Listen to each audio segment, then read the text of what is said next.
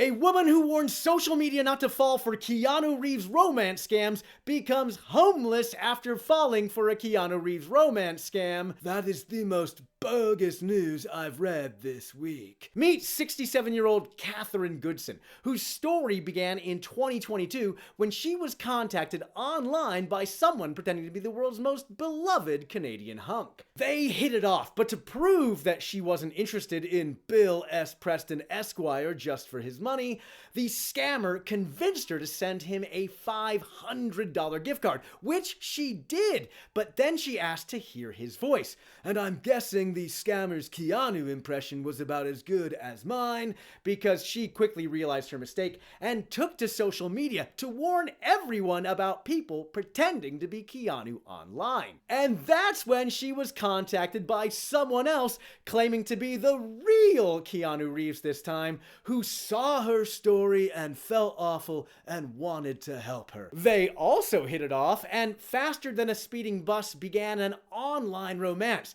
with this new Keanu saying that he wanted to marry her, but that also he was in some financial trouble because of getting jerked around by the studios, or bad investments, or lawsuits, or whatever, and convinced her to send him tens of thousands of dollars of Bitcoin, gift cards, bank wire transfers, you name it. And every time she asked to speak or meet with the Point Break star in person, there was always some elaborate but convincing excuse from him or people claiming to be his representatives. 2 years and $60,000 later, she finally ran out of money to send Keanu, and his messages turned hostile. And that's when she realized she was once again scammed by a fake Keanu Reeves. Now, before you get too judgy, falling for these scams is extremely common, and $1.1 billion was lost to romance scams in the US in 2023 alone,